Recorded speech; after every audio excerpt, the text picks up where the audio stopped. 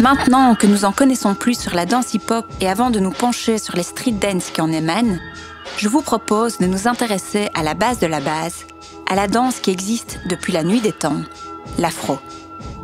Je pars à la rencontre des freestylers Attile Enak et Anthony Djaba.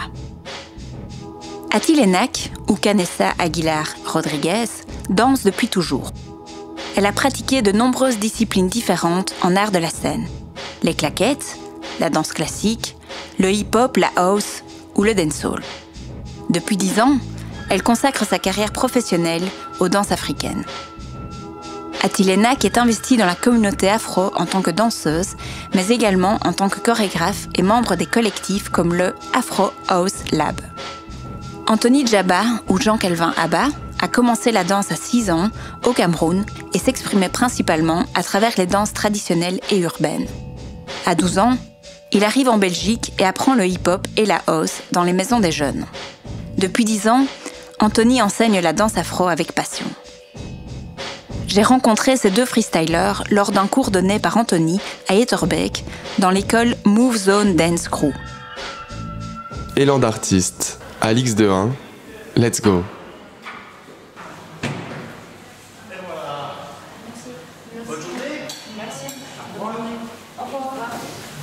Bonjour monsieur. Bonjour. Je viens assister au cours d'Anthony. Je peux descendre? Je vous en prie. Merci. L'escalier tout en bas.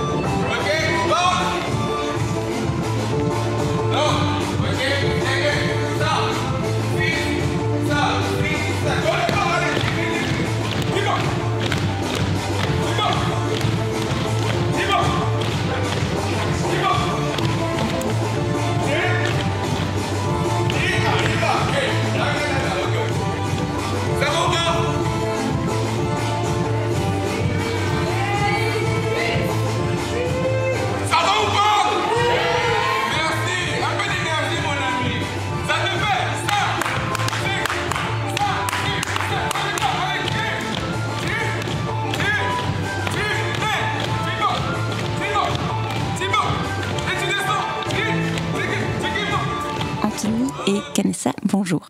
Bonjour. Hello. En quelques mots, comment est-ce que vous pourriez définir la danse afro? Aujourd'hui, la problématique un peu qu'on va avoir, c'est que comme en fait le continent africain est grand, on se doute qu'il y a différents types de danses. Et je pense que pour faciliter et commercialiser les danses africaines, on a mis ça sous le chapeau de c'est un style, l'afro. Mais l'afro, ce n'est pas au final un style, c'est le gros chapeau où en dessous, il va y avoir tous les différents types de danses africaines et traditionnelles et urbaines, qu'on va appeler donc les danses de la rue. Coupé-décalé, dombolo, afro house, kuduro, tout ça, c'est ce qu'il y a en dessous du chapeau afro. Mais l'afro n'est pas un style. L'afro, c'est les danses africaines. Et en fait, comme elle a dit, c'est vraiment pour commercialiser plus les danses africaines. Si par exemple, dans un cours, si moi je donne mon cours et que je donne des cours de danse africaine, les gens automatiquement vont visualiser que je donne des danses traditionnelles africaines. Mais pas que je fais les danses afro-urbaines. C'est avantageux parce que c'est plus facile pour les gens de comprendre. Mais ça commence même à embrouiller même la communauté noire parce qu'ils ne comprennent plus réellement l'information au niveau de qu'est-ce qu'est la danse africaine et qu'est-ce qu'est la danse afro. Pourtant, c'est la même chose. Mais est-ce que c'est pas lié à la musique? Est-ce que c'est pas la musique qui peut rassembler les danses afro? Pas forcément. Non, pas forcément. La musique relie les gens, mais comme tout à l'heure Canessa elle a dit, l'afro c'est juste un diminutif, mais qu'en dessous il y a plusieurs chapeaux. Mais dans les différents chapeaux, comme par exemple le coupé décalé, c'est des sons, c'est un type de musique. L'afrobeat, l'afro house, ou le kuduro, la musique camerounaise, etc., le mboli, tout ça, sont déjà des musiques qui rassemblent différents pays. La seule différence, c'est que c'est pas le terme afro qui réunit. Parce que comme elle a dit, c'est un continent qu'on représente. L'afro, ça a aidé dans la commercialisation, mais ça nous tire aussi une balle dans le pied, parce qu'aujourd'hui, du coup, on n'a qu'une seule image de ce que c'est. Même le terme afro de base n'est pas correct, parce que l'afro, c'est la coupe de cheveux. Ah, c'est vrai? Ça, c'est l'afro. Okay. C'est la coupe. Donc, si on est vraiment juste dans les termes, dire que je fais de l'afro, en vrai, ça ne voudrait rien dire. Et je pense que c'est aussi parce que dans la temporalité, c'est des danses jeunes Tu vois, par rapport à les danses africaines traditionnelles, les danses aujourd'hui que Anthony et moi on pratique sont des danses qui sont plus jeunes. Et quand tu dis jeune, c'est depuis quand? C'est dans les années 2000. Ouais. Et ça a eu quand même un certain succès, autant dans les cours qu'en freestyle. Comment est-ce que vous expliquez le succès justement de l'afro, de cette danse jeune, de ces danses jeunes? C'est bien, tiens. Pour moi, il y a 2 choses, 3 même. D'une, les réseaux sociaux. Je pense que c'est ça qui a fait le pont en fait entre les différents pays, les différentes cultures. Je dirais l'ouverture aujourd'hui d'esprit. Je pense qu'il y a, par les différentes générations, on est plus apte à écouter de nouvelles choses. Je pense, ça c'est encore un autre point de vue, je pense qu'on a aujourd'hui cette facilité un peu à suivre le mouvement. Et aujourd'hui, c'est tendance, donc je vais aller de ce côté-là parce que ça plaît. Et je dirais aussi, je pense que le mélange, l'immigration, les gens qui sont arrivés... Bien sûr. La communauté, ici à Bruxelles, c'est une capitale super mix, super mélangée. Paris aussi, de manière générale, même en Europe. Et je pense qu'au final, on amène tous notre bagage aussi à ce niveau-là. C'est aussi devenu beaucoup plus accessible parce que si on écoute les anciens sons, par exemple la musique de chez nous, il y a des termes que si on écoute ensemble, tu vas pas comprendre. Parce que parfois les mots, c'est des mots seulement un Camerounais pourrait comprendre, ou parfois c'est des mots, par exemple, comme les musiques angolaises, ils utilisent beaucoup de termes que angolais. C'est du dialecte un peu. Voilà, Ouais. exactement, qui sont mélangés. Donc du coup, c'était un peu plus difficile pour les gens de l'Occident, je dirais, de comprendre et de parfois aimer. Ils pouvaient peut-être aimer les beats derrière, mais ils ne ressentaient pas directement.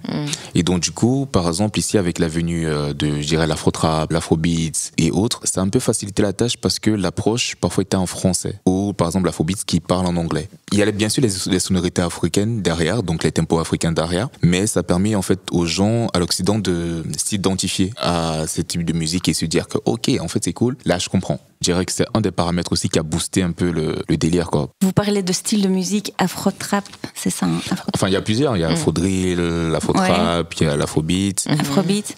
Est-ce que vous pouvez me dire d'où ces styles viennent? Donc, ils parlent anglais, ils parlent français. Mais ça vient d'où exactement en Afrique? L'afro-trap, ça vient un peu de partout, mais on va dire que dès qu'il a lancé, ça a bien pris, c'était MHD. Parce qu'il a fait, l'afro-trap, c'est du rap avec des sonorités afro derrière, et ça donne un flow.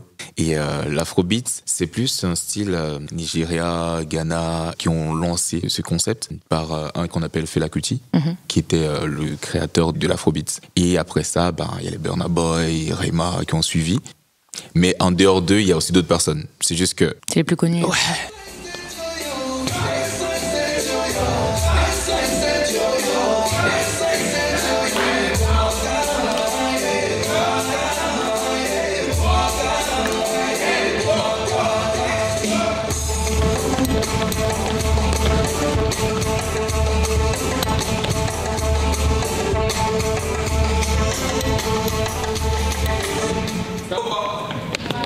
Encore, dernière fois.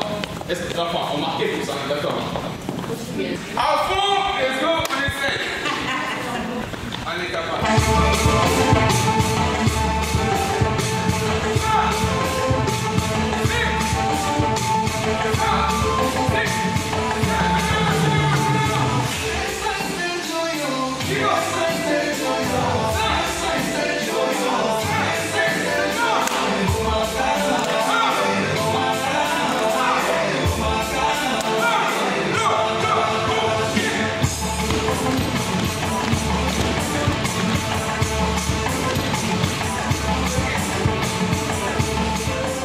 Est-ce qu'on pourrait danser de l'afro sur n'importe quelle musique? Bien sûr. Bien sûr. Pour permettre en fait aux gens de comprendre pourquoi est-ce que la danse africaine peut se danser sur tout, c'est qu'il faut savoir que du moment où on arrive déjà à danser sans musique, c'est déjà quelque chose. Les danses, surtout traditionnelles africaines, sont déjà basées sur le fait que chaque mouvement qu'on fait, c'est ce qu'on a l'habitude de voir, on a l'habitude de faire. Donc, il veut dire que je peux juste taper des mains et je danse. Tu vas mettre je vais danser. Tout type de son qu'on va entendre, on va danser dessus. On va le ressentir et du coup, par rapport à ce qu'on entend et ce qu'on ressent, on va créer. Définitivement, l'afro, les danses africaines peuvent se danser sur tout et n'importe quoi, comme l'a dit Anthony. Et c'est une des forces des danses africaines. Parce que danser de l'afro sur du rock, ce serait quand même compliqué, quoi. Ah, ça, tu seras surpris et étonné. Hein. Oui, intérieurement, ce serait compliqué. Ok, sur du R&B et tout, mais sur du rock... Rock, par exemple, ce serait compliqué. Ce serait compliqué, mais pas impossible. Ouais. En fait, c'est comme à l'époque. Si par exemple, je te dis, est-ce que on peut faire la danse africaine sur des sons comme des musiques de breakdance? On dirait non. Ouais. Puis, il y a quelques années, des danseurs de breakdance se sont rendus compte en fait que les mouvements de break venaient des danses traditionnelles africaines. Les danses afro ne sont pas issues de la culture hip-hop. Elles ne semblent pas être nées d'un mouvement de contestation à l'égard de la société. Elles semblent davantage faire partie des traditions africaines et expriment principalement la joie et l'énergie de la vie. Ça a sans doute évolué aussi. Comment est-ce que vous souhaitez réagir par rapport à ce constat? Effectivement, les danses africaines ne sont pas issues de la culture hip-hop, mais elles sont toutes les deux issues de la communauté noire. Oui. Donc déjà là, il y a un point commun, parce que ce soit le hip-hop, que ce soit le crump, que ce soit la dancehall, que ce soit la house, elles sont issues de la communauté noire. Donc déjà là, je pense qu'il y a une revendication naturelle qui va être là. C'est juste, à mon sens, qu'elle va être exprimée, entre guillemets, d'une manière un peu plus joviale. On parlait de musique, les musiques et les rythmiques africaines donnent déjà un feeling un peu plus joyeux. Mais si des fois on prête un peu plus attention aux paroles ou même aux gestes, qui des fois on va pas se dire « Ah, le mouvement a l'air cool, le mouvement a l'air joyeux », mais si on fait un peu plus attention, au final le mouvement n'est pas joyeux. Il pourrait refléter quelque chose de super triste. Tu aurais un exemple à me donner? En Côte d'Ivoire, il y a des mouvements de bras. Et les bras, au final, on pourrait penser que c'est quelque chose de joyeux, mais au final, c'est non, tu es en train de lever le poing et c'est quelque chose de beaucoup plus imposant, dur, et on revendique. Ouais. Pareil, au Nigeria aussi, eux, ils ont un mouvement qui est super connu, super trendy, commercialisé. On le danse, on est super joyeux. Mais en fait, même juste la posture des bras et du corps, c'est parce que dans les rues à Lagos, il y a un monde pas possible. Tu dois faire ta place dans la rue. Et le mouvement, en fait, montre qu'en fait, tu es en train de fighter dans la rue tous les jours parce que c'est dur, la vie est dure là-bas. Ouais. Donc, juste pour conclure, moi, ma vision des choses, je pense qu'on est tout autant dans la revendication. C'est juste que la shape, un peu la forme, il y a un peu moins de choses peut-être dures, mais dans le fond, je pense qu'on est au même niveau, si pas plus. Mais c'est super intéressant. Et aussi l'histoire des coudes, ça me fait penser à ce que tu as dit en disant que la danse afro, finalement, c'est des gestes quotidiens. Mais voilà, le coude, clairement. On essaye de trouver sa place dans la foule. C'est vraiment ça. Anthony, tu as quelque chose à rajouter? Quand on regarde, enfin, surtout le côté urbain, l'afro-urbain va être beaucoup plus dégagé de la joie. Mais dans le côté traditionnel, l'avantage avec les danses traditionnelles, quand tu les apprends, c'est que tu comprends l'histoire. Comme par exemple, tu as une danse qu'on appelle le Agbekor. C'est une danse qui vient du Ghana et aussi des gens du Togo. C'est une danse de guerriers. Eux, quand ils dansent, en fait, c'est des cérémonies, des rituels, par exemple, dans lesquels, ce moment-là, en fait, ils vont, par exemple, ça peut être des bâtons, ça peut être aussi parfois des tiges, des longues tiges. Et les mouvements, en fait, qu'ils font, c'est des mouvements qu'ils font pendant le moment de guerre. Et après, par exemple, tu as la danse Adumu, qui est une danse, par exemple, du côté du Kenya et la Tanzanie. Eux, chez eux, quand ils sautent, en fait, c'est quand ils passent à l'âge adulte. Et donc, du coup, ils se mettent juste à sauter, etc. Mais le talon doit pas toucher le sol. Et ils iraient juste droit et ils sautent. Ouais. Tu vois, donc, en fait, il y a plusieurs trucs comme ça. Après, tu as aussi les trucs au niveau fertilité, etc. Et il y a aussi des danses dans lesquelles faut pas trop aller toucher. Parce qu'il y a des danses qui sont juste des rituels, par exemple, pour la mort. Quand une personne décède, on va danser ça. Au Cameroun, par exemple, on a une danse que certaines personnes, c'est pas tout le monde qui le fait. Mais tu as des personnes, parfois, quand ils vont danser comme ça, il pleut. Ils arrivent à contrôler la météo. Ça, c'est chaud à croire. C'est franchement, c'est vraiment chaud. Tu y crois ou tu n'y crois pas? Là, je lâche une bombe. Tu l'as vécu? Moi, non. Là, on est même dans l'aspect spirituel, des fois, de la danse. Ouais. Là, vous venez de m'expliquer qu'en fait, les danses afro ont également des messages à transmettre, tout comme les danses issues de la culture hip-hop. Les danses issues de la culture hip-hop fonctionnent énormément par la communauté freestyle. J'ai remarqué effectivement qu'il y avait aussi une communauté freestyle afro en Belgique francophone. Est-ce que vous pourriez me parler de cette communauté, me la quantifier? Alors là, on arrive sur la question... Un terrain miné. Je ne sais pas si on va avoir des avis différents là-dessus, mais en tout cas, moi je trouve que c'est dur. C'est dur ici en Belgique, c'est dur à Bruxelles, c'est dur d'installer une communauté. Aujourd'hui, je dirais qu'il y en a une, mais pour un peu avoir une image claire, je dirais que la communauté est gentille. Et la communauté n'est pas encore solide, à mon sens. Je trouve qu'on a plus difficile, nous, les acteurs de la communauté, parce qu'on n'est pas beaucoup déjà. Tu t'aurais donné un chiffre? Franchement, on ne dépasse pas les 10. On ne dépasse pas les 10. Ah, d'accord. On ne dépasse pas les 10. Ah, enfin, dans les acteurs et actrices, je parle. Non, dans les acteurs et actrices du mouvement pour la communauté. Oui, donc il y a dans ceux qui transmettent, etc. C'est ça que je voulais dire. Ce qu'on va appeler souvent, en général, les grands. Et après, il y a la nouvelle génération, ou alors les anciens. Mais déjà, nous, on n'est pas anciens. On n'est pas la nouvelle génération non plus. Mais on va dire on est dans la middle. On va dire on est dans la middle et encore. Pour moi, en Belgique, un truc aussi qui est un fait réel, c'est que beaucoup de danseurs belges, il y a eu beaucoup de danseurs qui ont fait de l'afro, mais très peu avaient les roots. dont sont nés en Afrique. Donc du coup, pour avoir la souche, pour pouvoir lancer le mouvement beaucoup plus deep. Si je dis mener un combat, permettre aux gens de se rassembler, d'apprendre la culture africaine, il n'y a pas beaucoup qui le font. Là, pour moi, là où il y a un souci, même au niveau même aussi de l'État, au final, c'est que je pense que la mentalité des danseurs aujourd'hui ou de la nouvelle génération, c'est pas qu'elle baisse un peu plus les bras facilement, mais je pense qu'il y a plus cette vision que moi, par exemple. En tout cas, moi, dans ma génération, je me rappelle quand j'ai commencé, mais j'étais déterminée. Mais t'es déterminée à faire quoi ? À vivre de la danse.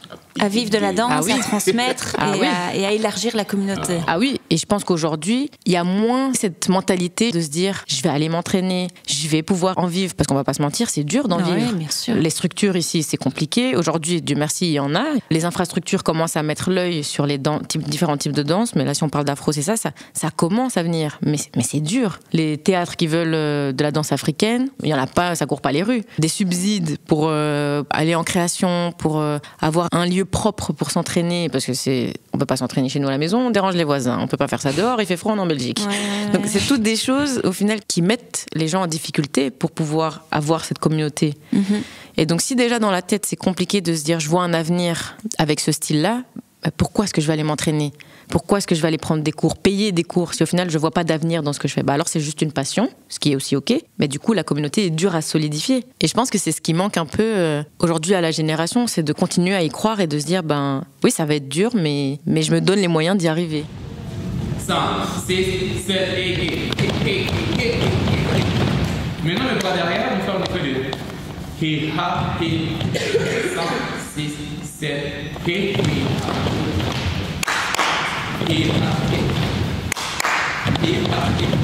Maintenant mes bras ici sont bons de pas tu vois tes jambes sont en mode ta ta ta ta, mais lui il est en mode 5, 6, 7, let's go. C'est chaud hein. C'est chaud. 5, 6, 7, let's go. 5, again. 5, 6, 7, 8. Tiki, tiki, tiki, tiki, tiki, tiki. La culture du battle ne semble pas être le moteur de la danse afro à l'origine. Kanessa, tu m'as dit être spécialisée dans les danses africaines urbaines, originaires d'Angola. À quoi ça ressemble ces danses-là et est-ce qu'elles prennent aussi la forme d'un battle ? C'est vrai que le style de danse africaine qui m'a vraiment appelée et interpellée, c'est donc l'Afro House. L'Afro House qui est un dessous du kuduro, une évolution qui vient d'Angola. Ça, c'est le style que j'ai vraiment pratiqué et qui aujourd'hui fait partie de ma danse. Comme beaucoup de danses africaines, c'est pas des battles en fait. Souvent, tu danses dans la rue. Alors oui, il y a des cercles, mais il n'y a pas de jury, il n'y a pas de... En fait, c'est plus des concours. Tu danses, on te donne un petit billet. C'est ça. Tu arrives, tu danses au milieu, sur la terre même. Et... en fait, c'est ton moment, c'est ton show. Voilà. Quoi. C'est ton moment de montrer tes skills. Aujourd'hui, ici en Europe, ou même aux États-Unis, la chose est un peu plus encadrée. Il y a des jurys, il y a tout un business autour des battles. Au pays, c'est plus dur d'avoir toute cette infrastructure. En Europe, je pense que ça fait partie de la commercialisation même de l'afro. Donc, c'est qu'il y a des événements, des battles, des camps aujourd'hui même. Il y a vraiment tout un écosystème par rapport à l'afro aujourd'hui, parce que c'est un business aujourd'hui. Les danses donc sont pas issues des battles, mais on a su les amener à ce qu'elles fassent partie du milieu battle, parce qu'aujourd'hui, c'est ça qui peut te ramener du travail aussi. Tu vas gagner un battle, c'est dans ton CV, entre guillemets. Tu t'es présenté un battle quand même, tu l'aurais pas gagné. Tu as fait le passage du jour. Le danseur est bon. C'est comme ça qu'on peut aussi te voir. Ça peut lancer ta carrière. Aujourd'hui, c'est filmé, les battles. Tu repars avec une vidéo un peu plus pro. Des fois, c'est parfois dur parce qu'effectivement, c'est pas issu de base des battles. Donc il y a tout un mood à se mettre. Le plus difficile, c'est de changer de mindset parce qu'il faut un mindset beaucoup plus fort. Ce qui n'est pas de base aussi un truc qu'on a l'habitude de faire parce que beaucoup de nos danses sont très communautaristes, qui permet vraiment de créer un échange, tu vois, et donc quitter de ça pour rentrer dans une phase où là je vais utiliser plutôt ma danse maintenant pour t'abattre, et donc du coup on fait ça changer la vision. Pour les danseurs afro, ça devient un des plus gros combats actuellement. Après, ça a un avantage. Mais je trouve qu'on a la chance que comme on a cette essence un peu d'être dans la joie, d'être dans la good vibe, en général, quand tu vas dans un battle afro, il y a quand même une bonne énergie. Tu t'amuses. Tu vas dans un battle hip-hop, là, tu sens l'énergie qu'elle n'est pas la même. Ça n'a rien à voir. Et c'est vrai, hein. Franchement, c'est vrai. Ça n'a rien à voir. Mais quand tu vas au battle all styles, ça doit être chaud quand même, non ? Donc le battle all styles, c'est où il y a tous les styles. Là, au final, les communautés se rencontrent et tu vois qu'on vient tous avec des énergies très différentes. Ouais, tu te retrouves face à un danseur ou une danseuse hip-hop. D'un autre style, c'est ça, c'est notre énergie. Ouais. Et c'est pas pour dire, mais souvent l'afro, ça va être ça va être le style qui va ramener un peu de bonne humeur dans l'événement. C'est on va sourire. Ouais, c'est ça, c'est souvent ça. Et vous avez une expérience à partager d'un battle qui vous a marqué? Pour moi, c'était un battle à Lille. Faut savoir que les danses que je maîtrise le beaucoup plus sera style les danses camerounaises, le coupé décalé et les danses azonto, etc. Parce que c'est des danses que j'ai pratiquées au Cameroun, mais après t'as l'afro house aussi qui est un kiff, l'amapiano, etc. Mais avant de partir dans ce battle à Lille, j'étais dans une grosse remise en question parce que je me sentais enchaîné au niveau de ma danse. Je trouvais que c'est trop codifié. Quand on arrive ici, en fait, on commence à pratiquer l'afro avec une approche du hip-hop. T'as certains cadres, tu peux pas trop, tu dois faire comme ça, tu dois danser comme ceci, ah là, tu t'es trop... Du coup, je suis reparti au Cameroun. Et donc, du coup, en fait, quand je suis descendu, on était genre, ils étaient combien? Enfin, il y avait que ma famille, tu vois, mais la grand-mère, mes cousins, mes cousines, ma mère, ma tante, mes cousines. Ce qui s'est passé, en fait, c'est qu'ils ont mis la musique, ils sont tous mis à danser. On est tous camerounais, on vient tous du même village, mais je vois des personnes qui dansaient différemment. C'était des mouvements parfois très simples, hein, mais tellement, genre, ils étaient dans leur truc que... c'est trop beau à voir. Et du coup, quand je suis revenu ici, je suis parti à un battle à Lille parce que ça faisait longtemps que j'ai cherché un battle expérimental. J'arrive, à un moment donné, le DJ a mis un son, j'ai dansé et c'est la première fois que je pouvais être moi. J'ai pu montrer ce que j'aime faire. Je suis rentré dans une phase de transe. T'as entendu parler quand tu danses et que tu rentres en transe? Je peux m'imaginer, ouais. C'est un moment où tu es déconnecté. C'est ton corps qui part puisque ton cerveau... Voilà, exactement. Et un truc que je m'étais rendu compte en regardant les vidéos après, c'est que, tu vois, à un moment donné, je suis en train de faire mes moves. Je suis dans ma bulle. Hein. Ce qui se passe, c'est que les personnes autour sentent l'énergie et au point où des personnes, même non-danseurs, commencent à refaire le même mouvement au même temps que toi, tu es en train de faire ton mouvement. Et c'est là, en fait, que je me suis rendu compte, en fait, du côté de la pureté, en fait, de la danse. Et quand tu rentres dans le côté deep, le côté trans, tu rentres dans une phase de spiritualité. En fait, tous les gens qui sont autour de toi, il y a une énergie qui commence à se dégager. Et donc, du coup, ce moment-là, c'était magique pour moi parce que ça m'a rappelé que, hormis le fait que nous dansons, c'est pas juste des simples mouvements. Il y a un côté spirituel dedans. Et quand tu arrives à te connecter avec la musique, ton corps et ton côté spirituel, le corps, il a une limite. Mais l'esprit n'a pas de limite. Et quand tu arrives à danser avec ton esprit, tu commences à faire des choses que tu n'étais pas capable de faire. Et tu te rends juste compte à la fin. Quand par exemple, moi, ça m'est déjà arrivé en battle, je danse, je voulais faire un poirier, mais mon corps mais vraiment lâché, j'atterris avec la tête. Tu vois, mais j'ai rien senti et tout, tu vois. Ou parfois, je vais danser, avant, quand je commence à péter les plombs, boum, je saute, je tombe, bam. Parfois, en fait, ça dépend des moments, mais il y a des moments où je vais le faire. Mais si tu me dis, est-ce que, Anthony, tu voulais le faire parfois à ce moment-là? Non. Juste en train de danser, mon cerveau a dit, saute, je saute. Tu vois. Ce qui est génial dans ton expérience, c'est que tu as l'air de dire qu'en fait, finalement, tu as complètement oublié que tu étais en battle et c'était plus important pour toi. Exactement. Et ce qui est souvent dur à faire. Ouais, parce que j'imagine que ça doit être une fameuse pression d'être en battle devant des gens, un jury, etc. Le petit pipi avant, le ventre qui tourne. Oui, puis alors ton corps qui n'est pas forcément souple, j'imagine. Ouais, tout devient lourd. T'as une minute pour donner tout ce que t'as, mais t'es même pas échauffé. T'es encore gentil. Parfois la présélection c'est 30 secondes, tu vois, 45 secondes. T'imagines, tu dois expliquer en 45 secondes tout ce que t'as entraîné toute ta vie. Ouais, ah ouais, non, c'est chaud, compliqué. C'est super chaud. Et toi? Là, récemment, il y a eu le Red Bull en Inde. Donc, chaque année, il y a une finale mondiale super. dans des pays différents. Finale, Donc là, c'était la finale mondiale. J'avais eu la chance d'être ce qu'ils appellent une wild card. C'est quand le Red Bull lui-même décide d'avoir des espèces d'invités qui ne doivent pas passer par les présélections. Donc directement, c'est un espèce de joker. On te sélectionne et tu vas directement en finale. Donc tu as vraiment tout un tour que tu ne dois pas passer qui est éprouvant. Donc vraiment, on t'emmène, pouf, à la finale. Ouais. Quand j'étais une des seules ou rares, en tout cas, danseuses afro. Et c'était dehors C'est en intérieur. Intérieur, mais c'est dans un hall. C'est énorme. Ouais. C'est énorme. Et puis en Inde, vous imaginez un peu. Les Indiens, il y en a beaucoup. Donc c'était énorme. Enfin, vraiment, la salle, la scène était énorme. Et le concept en fait du Red Bull, c'est que tu danses sur des musiques commerciales. Donc de la pop en général. Tu peux avoir du rock, c'est vraiment des musiques qui n'ont rien à voir au final avec ton style de base. C'est un peu le concept et c'est des musiques surtout super commerciales. Donc vraiment des choses, des musiques qui passent à la radio plus, on peut avoir une image un peu. Donc c'est ce type de musique. Donc pas du tout au final des musiques de base de battle. Oui. Et donc moi c'est et de battle afro. Encore plus. Voilà. Et du coup c'était à mon tour de danser et bon déjà t'as la pression parce que t'es une wild card donc t'as pas passé les présélections, t'es venu direct en reine et roi de l'événement donc t'as une pression pression un peu sur tes épaules. Tu représentes ton pays, donc là aussi pareil, t'as une pression sur tes épaules. Ouais. Tu as représenté ton style, ta communauté, là t'as encore une pression sur tes épaules. Tout le monde te regarde. T'es une femme, tu représentes les femmes, t'as encore une autre pression. Ça te fait beaucoup de pression au final. Et du coup, donc je me rappelle que c'est vraiment on va avoir au bonheur la chance, la musique que tu vas avoir. Oui, c'est ça. T'as 2 passages. Et moi, avec la chance que j'ai, je tombe sur des musiques, mais vraiment, pour vous dire, horribles. Vraiment, des musiques, tu te dis, mais à quel moment tu danses sur ça, quoi. Et c'était... Franchement, j'ai entendu la première seconde de la musique, je la connaissais, la musique. C'était quoi? Je ne saurais plus vous dire, mais je pense que je vais juste redonner. Chanter, hein. Vous allez connaître. Vas-y, redonne.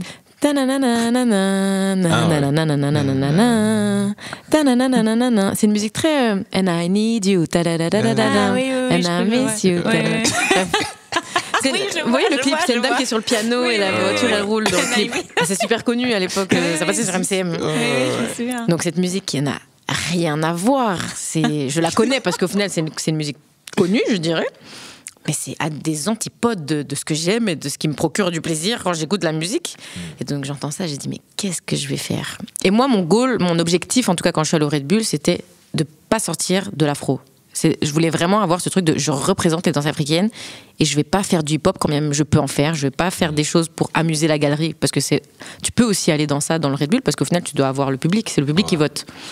Et donc je suis restée fidèle à mon style. J'ai fait à mon sens, à mon humble avis, un très bon passage. Mais comme c'était de l'afro déjà en Inde, il faut savoir que l'afro en Inde, ça vient à peine d'arriver. Ils n'ont pas une compréhension de l'afro encore poussée et claire. Et je suis pas passée. J'ai perdu. Et en fait, d'un côté, j'étais partagée parce que je comprenais pourquoi j'avais perdu, dans le sens que au final, le public n'avait pas compris ce que j'ai fait.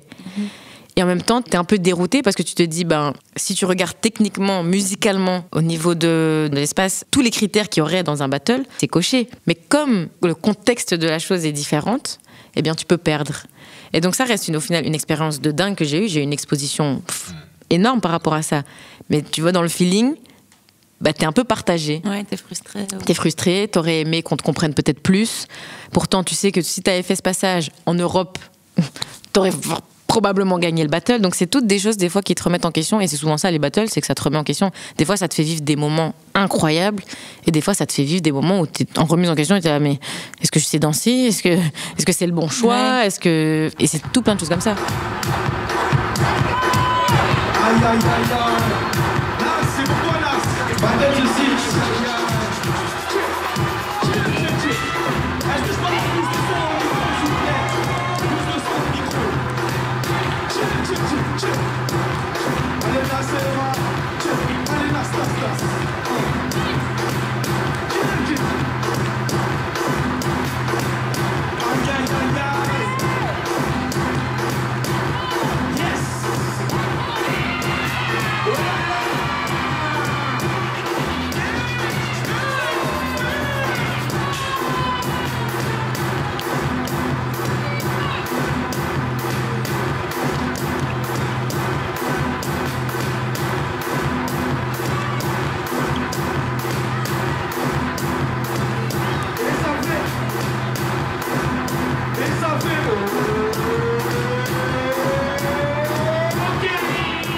J'ai déjà remarqué aussi dans les battles Red Bull que comme c'est le public qui vote, mais t'as aussi le truc de lui il est sympa, mais on regarde pas forcément la technique du danseur ou de la danseuse. Clairement. Et c'est plus c'est trop drôle machin ce qu'il fait. Clairement. Et puis c'est lié aussi évidemment à la musique qui passe. Clairement. Et donc le public va être influencé par ça. Et parfois je me dis peut-être que s'il y avait un jury, ce serait un peu différent. Après, en vrai, il y a un jury parce que le jury c'est le public. Mais oui, non, c'est vrai. Oui. Voilà. Mais c'est pas un jury danseur. Voilà, exactement. Maintenant, la partie que moi je trouve juste intéressante dans ce genre de choses, c'est au tout début on parlait du côté commercial des danses. Ouais. Je trouve qu'un danseur qui arrive à un stade où il ne se vend pas pour plaire à la galerie, mais il reste authentique, pour moi c'est le goal. C'est un goal déjà, parce que c'est pas tout le monde qui le fait. Et ça c'est un dilemme que même nous danseurs on a souvent du mal. C'est que parfois, pour qu'on se dit, si j'ai envie d'avoir full d'élèves dans mon cours, il faut que je fasse ça pour que les élèves viennent à mon cours. Mais en vrai de vrai, tu es un enseignant. Tu es censé enseigner ce dont les élèves ils ont besoin, pas ce qu'ils ont envie. Toi, quand tu es parti au Red Bull et que tu as dansé... J'aurais pu danser d'une autre manière. Voilà. Mais maintenant, le délire, c'est quoi? C'est que si, dans l'ensemble, on regarde, tu as gagné d'une part. Tu as gagné le fait que tu es resté fidèle à toi-même, bien sûr. tu vois. Moi, je trouve juste que rester authentique et garder sa signature, c'est vraiment très important. Donc c'est des choix. Hein. Oui, c'est des choix, tout à fait. Et alors, tu parlais du gros stress que tu avais en Inde à cette compétition et tu as notamment évoqué la question du genre je suis une femme en plus et donc c'était d'autant plus stressant pour moi. Est-ce que être une femme en danse afro, c'est un challenge pour toi? Est-ce qu'il y a vraiment une différence entre la pratique femme-homme en danse afro? Pour être honnête, ça peut paraître étonnant, mais comme j'ai commencé avec le hip-hop, je dirais que heureusement, je suis allée dans la communauté afro. Bah oui, Cassie évoquait l'existence d'un plafond de verre en danse hip-hop pour les femmes. Ça, c'est vraiment un sujet compliqué, je trouve. Moi, personnellement, ça a été super dur. La communauté hip-hop, il y a des choses, c'est très triste, malheureusement. Oui, être une femme, c'est pas facile parce que oui, il y a la danse, il y a le mouvement, mais il y a l'humain avant ça. Et des fois, l'humain, il va pas très bien, l'humain. Et ça fait des problèmes dans la communauté. Et moi, j'apporte une importance énorme par rapport à ça. Et je revendique les choses des fois qui se sont passées dans la communauté où j'étais pas d'accord, je les dis. Et malheureusement, on n'est pas beaucoup à les dire. Et ça, c'est le côté un peu moins joyeux des communautés. Et heureusement, en afro, j'ai trouvé qu'il y avait une solidarité un peu plus saine. Il y a aussi des soucis dans la communauté afro, c'est pas que c'est le paradis. Mais honnêtement, moi, j'ai trouvé ma paix, en tout cas, avec les hommes là-bas. Moi, en tant que femme, j'ai trouvé quelque chose de beaucoup plus fraternel. Après, c'est peut-être moi comment je me suis comportée aussi. La communauté hip-hop m'a endurcie, donc j'ai une attitude peut-être différente dans la communauté afro. Du coup, ça donne moins l'accessibilité, par exemple, à comment peut-être les hommes se comportaient avant envers les femmes dans la communauté hip-hop, là, si je compare. Mais il y a une place de la femme compliquée, parce qu'au final, il y a plus d'hommes dans ces communautés-là, que ce soit afro, que ce soit hip-hop, que ce soit crump. Il y a plus d'hommes que de femmes. C'est vraiment marrant, parce que moi qui suis blanche dans ma famille, etc., c'est toujours la femme qui va commencer à danser et qui est un peu plus, qui va plus vite aller se lâcher un peu.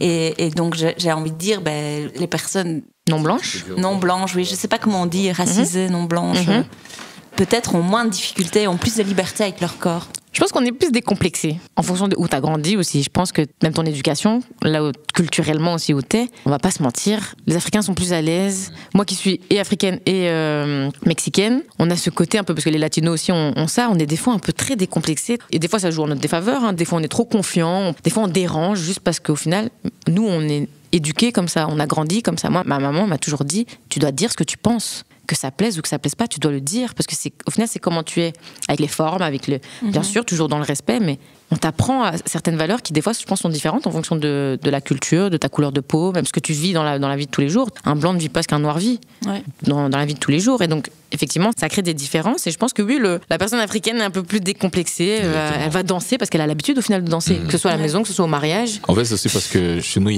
c'est le côté culturel. Comme tout à l'heure, par rapport à ta question, comme tu disais, la place de la femme au niveau de la danse. Dans les danses africaines, la femme, elle a sa place. Il y a des moments, c'est que pour la femme. Il y a des moments que pour les hommes, mais aussi les moments que pour la femme. Quand c'est ce moment-là, les hommes ne dansent pas. Tu vois, les hommes regardent seulement. Okay. Et par rapport au côté, le côté pudique, il n'y a pas le côté pudique. Pourquoi ? Parce que on t'apprend à assumer ton corps. Il y a une danse, par exemple, qu'on appelle le bobaraba. Le bobaraba, en fait, c'est le fessier de la femme. Quand tu entends le son bobaraba, na bobaraba, na bobaraba, là, par exemple, tu vas pas voir un gars qui va venir bouger ses fesses. Non, on va regarder tous les femmes qui vont bouger leurs fesses.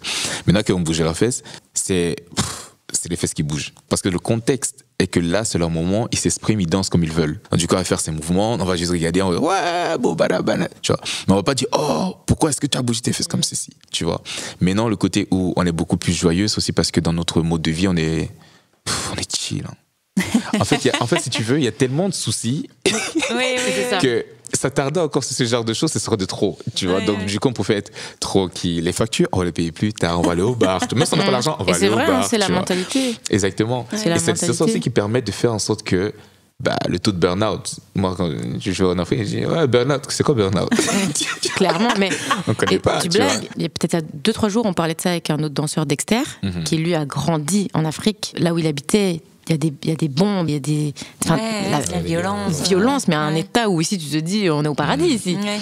Et même ça, donc ça te fait voir la vie d'une autre manière. Au niveau de la danse, c'est ça aussi, on exprime au final ce qu'on ressent, des fois ce qu'on vit. Il y a des danseurs qui expriment, mais genre, vraiment ce qu'ils ont peut-être vécu au pays, et ça n'a rien à voir avec notre réalité à nous, ici en Europe. Et c'est pour ça aussi qu'en vrai, comme on parle tout à l'heure de ça, qui était le fait qu'au niveau des cours, pourquoi est-ce que nous, en tant que danseurs, en tant qu'activistes en soi, du mouvement des danses africaines en Europe, pourquoi c'est important de faire toujours attention, c'est parce que moi, par exemple, à l'époque, j'ai eu des messages du style oui, mais Anthony, tu vas enseigner une danse aux blanches, etc., tout le tralala. Parce qu'en vrai, bon, dans mes cours, il y a beaucoup plus de blanches que de noirs. Et par contre, un truc aussi qui est très intéressant, c'est que dans le milieu du battle, tu vas avoir beaucoup plus de garçons, mais dans les cours de danse, c'est full de filles. Et j'imagine que dans le battle, c'est des non-blancs et dans les cours, c'est des blancs. C'est mélangé. Mais il y a quand même plus. Ouais. Il y a quand même plus de noirs que de blancs. Oui, ça c'est vrai. Et donc du coup, en fait, par rapport à ce que je disais, on me disait oui, mais tu les enseignes notre culture et tout ça. Après ça, eux, ils vont voler, ils vont faire leur truc et tout. Et il faut savoir aussi que ça, c'est un truc que je dis souvent à mes élèves, et c'est pour ça que j'essaie toujours de les faire comprendre que c'est très important que la danse qu'ils pratiquent, ils doivent bien la faire. Parce que l'homme noir, quand je dis l'homme noir, je parle de l'homme noir, de la femme noire aussi. Enfin, en gros, juste de l'Afrique, tout simplement. C'est que le seul trésor actuel qu'on possède, en dehors de l'or, mais l'or on la compte pas parce que ça a été pillé, tout ça. Enfin, ça se fait toujours piller. C'est la musique et la danse. C'est les deux seuls cadeaux précieux on protège et on conserve, parce que c'est vraiment ça en fait qu'on arrive à transmettre de génération en génération. Et même là, il y a des vols. Quand on voit le swing, le jazz qui vient des cultures noires, c'est qui les enseigne? C'est plus les blancs. Ouais. Donc même là, c'est dur. Même par exemple, même le hip-hop, tous les danses qui ont été issues des personnes noires, ça découle. Voilà, ça découle. C'est juste important souvent de faire juste attention par rapport à ce paramètre-là. Mais on est toujours très accueillants, tu vois. Et d'abord, tu te laisses en bas. Boum. Et boum. Boum. Voilà. Donc tu vas faire boum, boum, pa. 5, 6, 7. Boum, boum, pa. Boum. Et boum.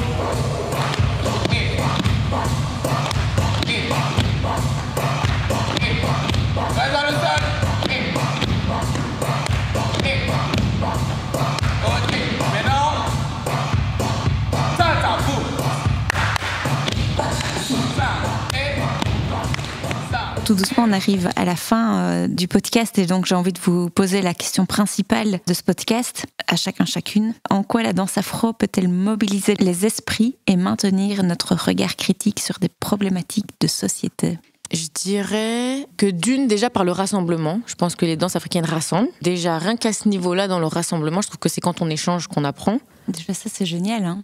Déjà, on en a beaucoup besoin aujourd'hui de se rassembler.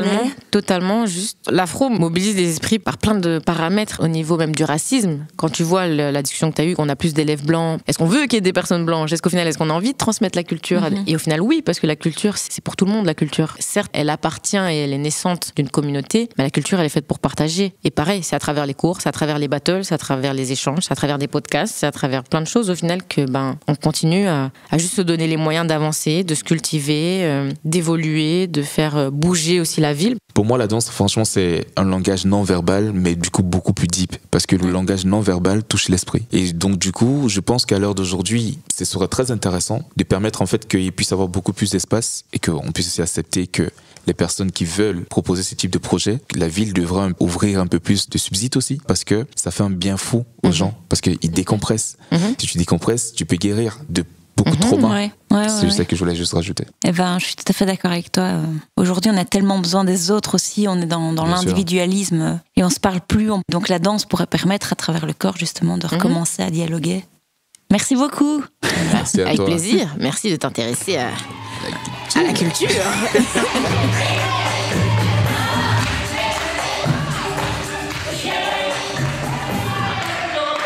En tout cas, Alice, là, t'as tous les bruitages que tu veux. Là, t'as tous les bruitages. Allez, let's go.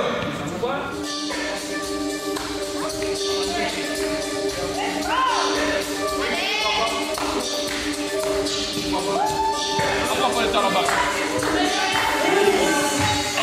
Élan d'artiste est un podcast qui interroge le lien entre art et société. Merci à Fantôme pour la création musicale, à Michael Remers pour la technique et à Charleroi Danse pour la mise à disposition de leur studio son. Élan d'artiste est diffusé par We Tell Stories et soutenu par le Fonds pour le journalisme. Si vous souhaitez réagir à cette émission, n'hésitez pas à commenter, partager et liker ce podcast sur vos plateformes. Cela nous aide beaucoup à faire reconnaître notre travail. Merci pour votre écoute et à bientôt. Élan d'artiste, Alix Dehain, Let's go.